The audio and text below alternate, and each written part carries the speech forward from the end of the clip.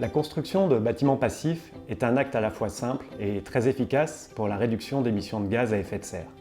Le secteur du bâtiment étant responsable de 25% de ces émissions, le potentiel d'économie d'énergie est énorme.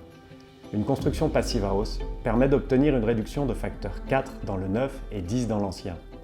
C'est le moyen le plus efficace à mon avis dans la lutte contre le réchauffement climatique, sans aucun compromis sur le confort des occupants.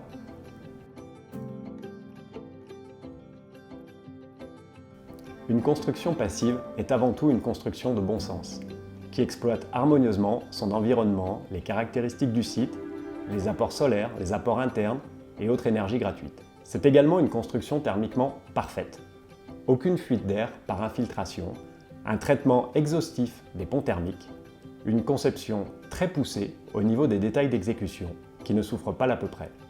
Enfin, c'est une récupération d'énergie au niveau du renouvellement d'air avec l'installation d'une ventilation mécanique à double flux qui permet aussi d'offrir un confort aux usagers.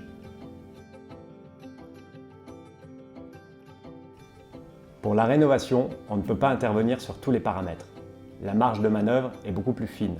Alors, il faut parfois être plus imaginatif, ajouter une fenêtre bien placée pour aller chercher quelques kilowatts d'énergie gratuite.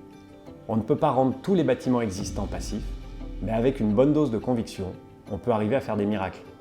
Notre premier projet labellisé Passive House portait sur un monument historique. Personne ne m'avait prévenu que c'était impossible, alors on l'a fait.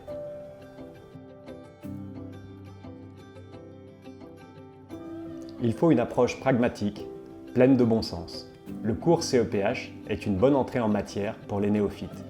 Il est primordial de veiller à ce que tous les acteurs de l'acte de construire aient le bon niveau de connaissance.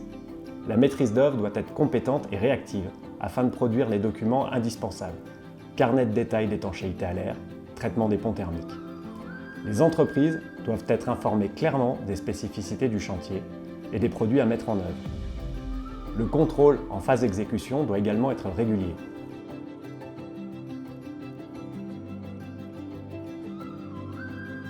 S'il est vrai que les premiers bâtiments passifs portaient les stigmates des contraintes physiques nouvelles pour leurs concepteurs, ce n'est plus tout à fait vrai aujourd'hui. Les architectes, plus à l'aise avec la prise en compte de ces nouveaux paramètres, ne sont plus bridés par la dimension Passive House. Au contraire, c'est pour nous un garde-fou qui aide nos chefs de projet à ne pas perdre un certain bon sens au profit des possibilités offertes par le high-tech.